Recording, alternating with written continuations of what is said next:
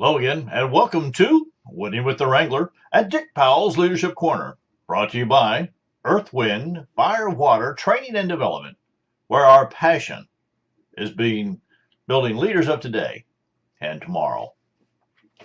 Leaders, I'm going to bring to you today something just a little bit different. I think we're going to look at something. This is called helpers and hinderers. Helpers and hinderers. Now that's pretty hard to say, but I'll tell you what, it's so important that you kind of understand where we're coming from here today. We have been going through a hiring and firing process with a major corporation. And what we found is as we do this, as we talk to people down through the line, we found that they're either a helper or they're a hinderer. And then that's really what we're looking at. So I'm going to ask you, do you know about your team members that surround you, the leader? Now, are they here to help or are they here to hinder? And that's a huge question when we start looking at it. You see, answering these two top questions could mean the difference between success and failure as a leader, as a company, as an organization, as a church, as a family. You see, we need to look at that. So a helper, let's look at what helper. Now, a helper does what needs to be done for the good of others around him, the company. And the helper has a sense of loyalty to this whole opportunity in the situation. Where on the other hand, the hinderer does what is good for their own self, with no thought to those around them, the company, the family.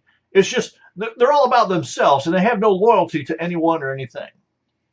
I'm not so sure they even have loyalty to themselves. But the helper, you see something needs done and does it.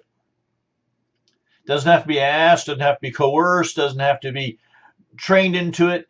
And for the most part, doesn't have to be part of their job title or anything else. Just needs done, so it gets done.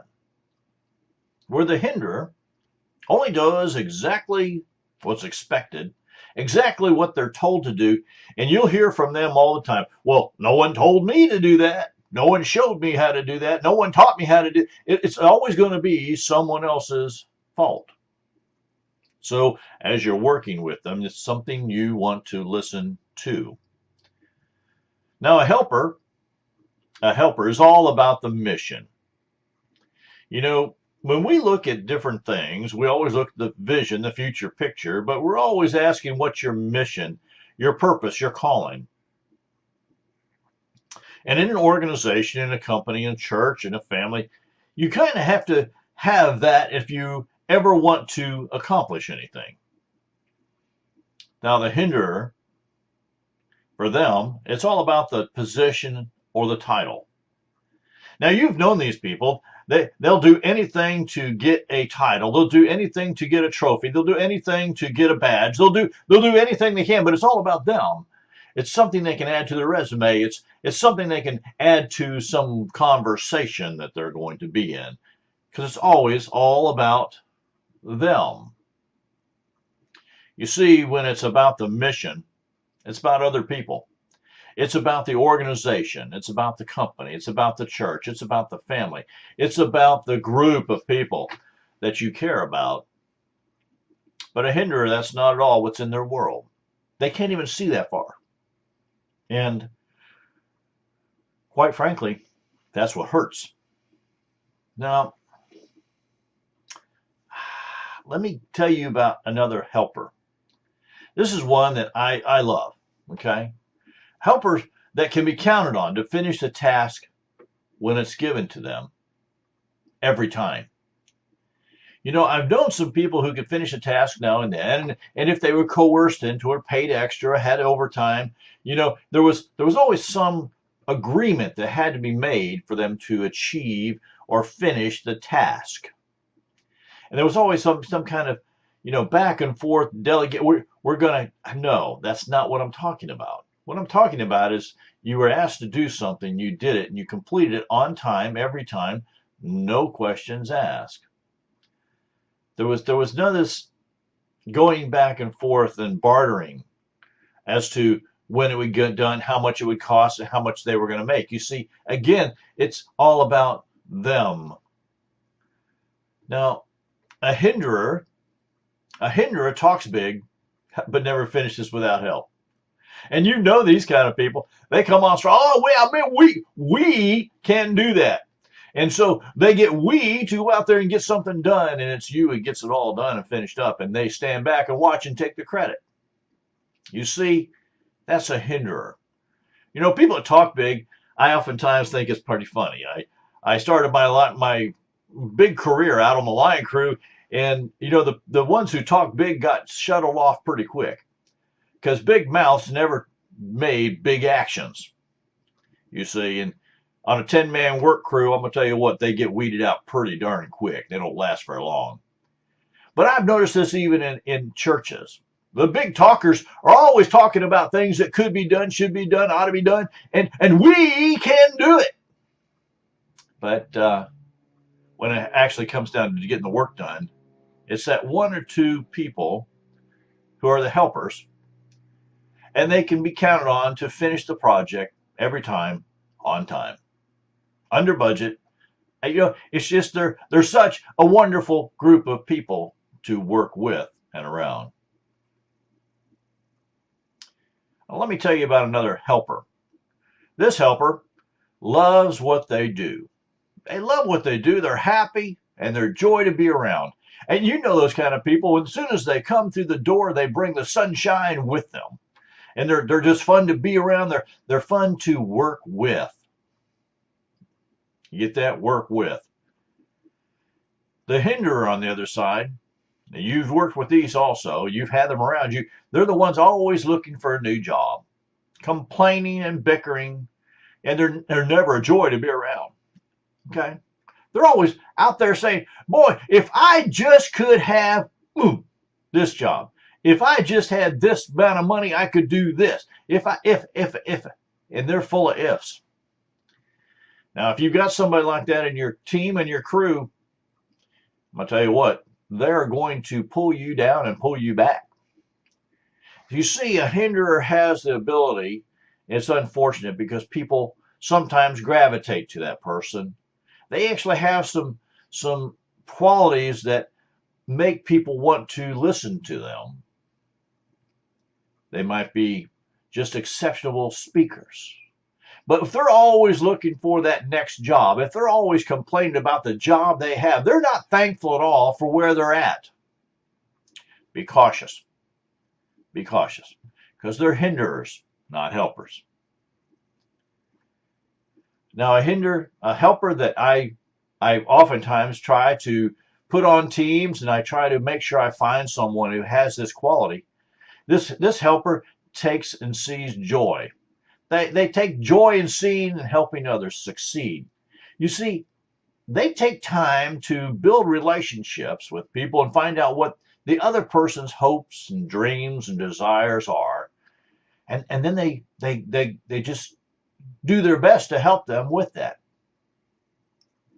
They don't ask anything in return. They're not doing it to take and make any extra money. They just do it for the love of helping people help themselves get to where they want to go. And they find great inner joy by doing it. Now, on the other hand, the hinderer, they see everything as a win or a loss situation, with everything revolving around them. And if they're not in that win-loss, I'm going to tell you what, they're just lost. But everything they do has a win or lose on it. They're never in it to help someone else. It's always about them. And I'm going to tell you what, even if they're losing, they're going to tell you they're winning. That's a salesperson I'm very cautious of when I'm looking for sales or that type of person to bring on our corporation. You see, it becomes all about them and not the company, not the organization. Everything's a win or lose. For me, having them around is a lose. So they don't stay very long. We encourage them to go and find that next place. Sometimes I even actually help them. Now, a helper that I really also look for is a helper that has integrity. You see, to me, integrity is the key. Doing the right thing because the right thing to do every day. Not once in a while, not when it makes it feel good, but they do it every day because they have integrity, but they love what they do. The Hinderer on the other side, it's all about the outside show. Eh, eh, the Hinderer only does what needs to be done when someone is looking. It amazes me that the number of people in our society today only work when somebody's watching. And as a person who owns a company, has owned companies, run large companies, that's not a person you want with you. And if that's what they've learned in their childhood, if that's what they've learned in their family thing, if they only need to work when someone's watching, I'm going to tell you what, that's going to be something that's going to be hard to reiterate and retrain in a person. Because it becomes so second nature, you owe me. You owe me whether I do it or not. A hinderer. Now, a helper that I also like to put on teams is the helper that makes the hard decisions and is willing to pay the price.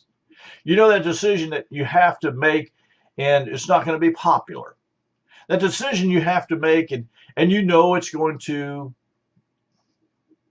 make some ripples. But you make it anyhow because you know it's the right thing to do. The hinderer on the other side only makes easy decisions and never willing to pay the price. You see, if they make a wrong decision, I guarantee someone else had made it. If they make a wrong decision, let me think about this a little bit. If they make a wrong decision, they're going to find someone else who either told them that what they should do. The blame is never going to stick with them. They're like Teflon pan. It's going to slide right off. Again, this is not the kind of person you want running your company.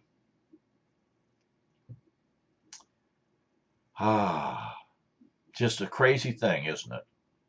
Now, a helper that I'd like to bring on, you'll notice that the helper people are the people I look for to bring on teams. They're people I look to bring on a corporation. They're people I look to bring on into our world. This helper, though, will always finish on top. They understand that hard work, dedication, enthusiasm, and loyalty are the way to live. And they get joy out of it. They have fun. And they're always at the top because they're working hard and they've dedicated. But they bring with them this enthusiasm for the opportunity. Not just for the job, but the enthusiasm to be around people, the other people on the team. And that enthusiasm just rubs off on everyone around them. And how great is that? But on the other side of the coin, the hinderer, the hinderer wants it right now. It has the you owe me mindset and is never, ever completely happy. These folks really believe that they don't have to work to get anything. They really believe that they deserve to have everything given to them. You know, it's that poor little old me syndrome and the you owe me syndrome. There's some questions I could provide you if you're doing an interview within the guidelines of all those wonderful governmental guidelines of what you can't ask them. But there's some questions you can ask them to find out if they're into the you owe me and want it now syndrome. You see, as someone who has hired a lot of people in my time, built corporations from zero to multi-million-dollar corporations, who has worked with churches who only had a few people to several hundred people, to working with families that seem to be just falling apart and now are growing together. Helpers. Helpers are people that you can want to add to your team. But I'm going to also tell you that helpers are people you can grow. You can grow them within your culture of your corporation. You can grow them within your household. And if you grow them within your household, I'm going to tell you what, when they get out in the business world, they get out in the real world, they're going to be happier people. Now, the hinderers, the wannabes, I have to tell you that we normally do our best to help them find someplace else to reside, because they'll never quite fit in. As I go through these type things, again, I'm just gonna read the Hinderers first, so you can kind of get of what a Hinderer is, and then I'll read through what a helper is, and you're going to see these are the people you want to add to your group, to your team, and they're things that, as a parent, you want to try to make sure that you're not promoting. So, number one Hinderer does what is good for their self with no thought to those around them or the company, and exhibits no loyalty. Hinderer, it's all about the position and title. Hinderer talks big but never finishes without help. Hinderer, always looking for a new job, complaining, and not a joy to be around. They're definitely not. Hinderer sees everything as a win-lose situation, with everything revolving around them. Hinderer, it's all about the outside show. Does only what needs to be done when someone is looking. Hinderer only makes easy decisions and will never pay the price. Hinderer wants it now, has the you owe me mindset, and is never, ever completely happy. And of course, we suggest, or we encourage you to subtract them from your team. Now, team members that you want to put on your team, and these are kind of things you want to raise in your family, I'm going to tell you what, they will be happier. You will be happier. Everybody will be more willing to be around each other if we work on these helper characteristics. Helper does what needs to be done for the good of the others around him and the company, and is all about loyalty to the situation. Helper is all about the mission.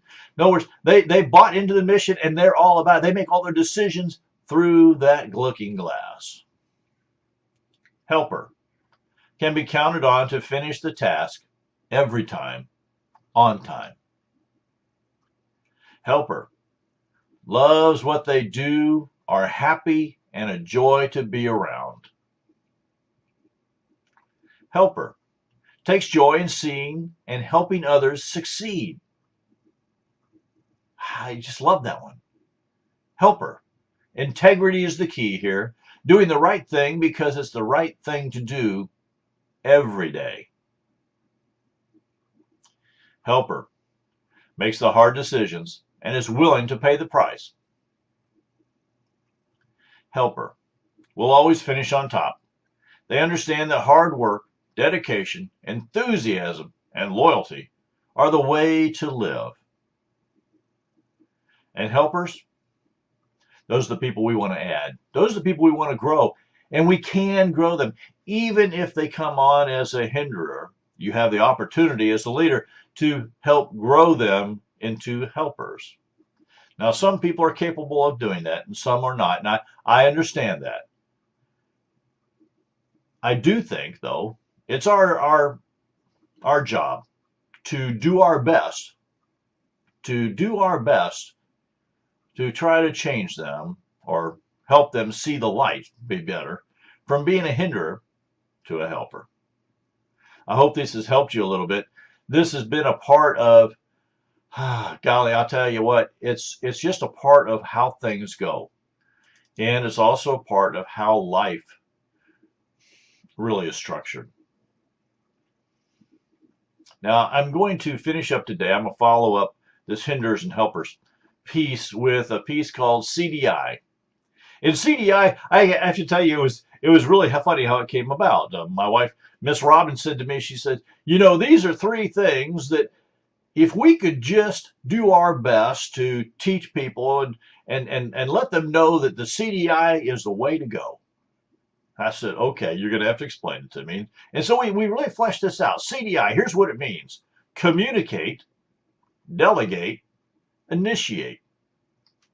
Be the best you can be. Now, Sounds pretty easy, doesn't it? Let me take a look at it with you. She said communicate. The C stands for communicate. And communication is more than just saying something one time and expecting those around you to recognize, internalize, visualize, and be energized by what you are saying. Now, did you get that? You see, you can't just say it one time and expect all those things to happen that people are going to recognize and internalize and visualize and get energized by you saying it one time. It is said that people need to hear something 7 to 10 times to start to learn and understand the idea or process for themselves. All right? 7 to 10 times. And I'm going to tell you it's even more than that in a large organization. Communication normally starts with the nonverbal and then moves to the verbal.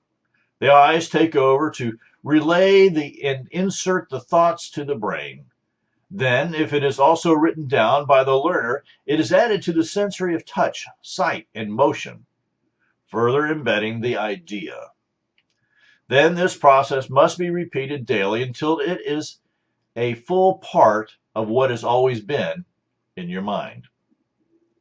Therefore, when leaders express their vision once, have it written on the wall, and never spoken of again, the learners do not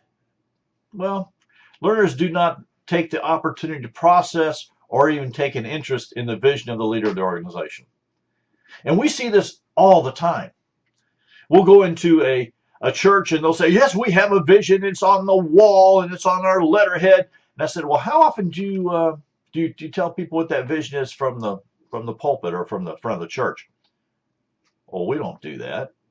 Oh, when do you do that? Well, it's on our newsletter. I says, It's on your newsletter. It's on the wall. That's good.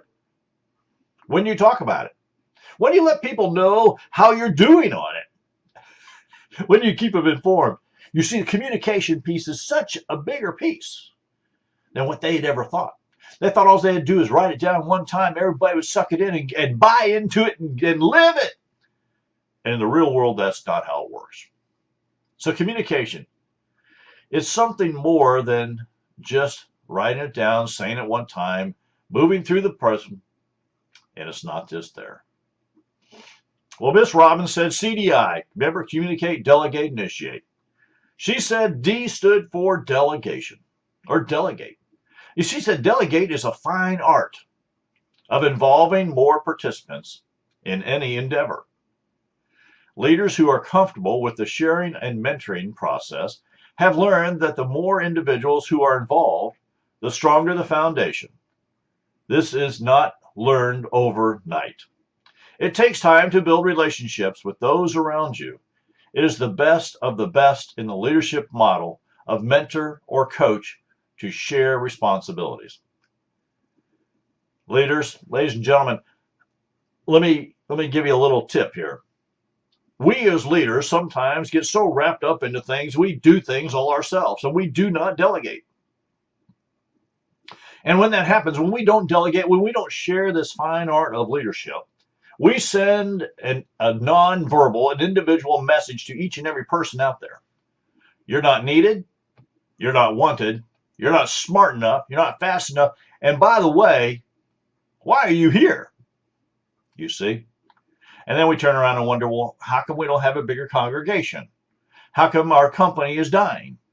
What's going on with our sales force? You see, we start asking those questions and it all reverts back to this delegation situation and sharing the leadership opportunities. I have to tell you that this one piece brings down more organizations, more companies, more churches, more families than anything else, this thing with delegation. Do I know it's a hard piece? Do I know it's something something all of us need to work on? I'm going to say yes, I do. But I also know that when we're intentional about it, it happens. All this thing, this whole thing, this CDI is an intentional movement for leaders to think about, to put into their life. Intentional communication, intentional delegation, and initiate. CDI. Communicate, delegate, initiate. Be the best you can. be. Initiate. Initiate is to begin, to get started. This is sometimes the hardest part of leadership, as it means to take a risk and get going. Procrastination sets in with the thought that all the I's must be dotted and the T's must be crossed before beginning. Overthinking and indecision can often stop all progress. When you have done the research, dealt with the obstacles and objections, made all the preparations, and set down a strategy, it is all for naught if you do not initiate the plan. Now, here at Earth, Wind, Fire, Water Training and Development, when we work with organizations and individuals, we oftentimes get everybody started on a vision, a future picture, what it actually is going to look like in the future. We talk about and get them to write down that vision and get it as explicit as we can. So as someone reads it, they know and understand exactly what it means, but also so that the leaders can tell people about it and tell it over and over and over and over until people really see the same vision. We encourage them to get down their mission. They're really their passion, but it's their calling. Why are you doing this? And it's got to be more than just make money, because that just doesn't add up. So we encourage people and corporations to write that down. So again, they can share it with others, and others can see it, hear it, and buy into it. But the biggest part that we see where it starts to fall down is this thing called strategy, or the plan. The plan, quite easily explained, is the day-to-day things, opportunities that you're going to do, the things that you need to be done every single day. And so that in order so you live the mission and achieve the vision. Now the plan, this things you're going to do every day, need to be on the calendar. They need to be shared with everybody in the organization. Who's doing what, when, where, how, who's accountable for it, when's the due date on it, what's the budget that's hooked to it. There's a lot of pieces and parts that go with it. But if it's not shared, if that information is not shared, what good is it? You see, when people have no clue of where they're at and where they're going, they're just stumbling around in the dark. So help them be the very best they can.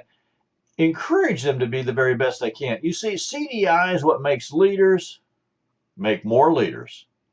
And that is the first and foremost job of leaders like you and myself.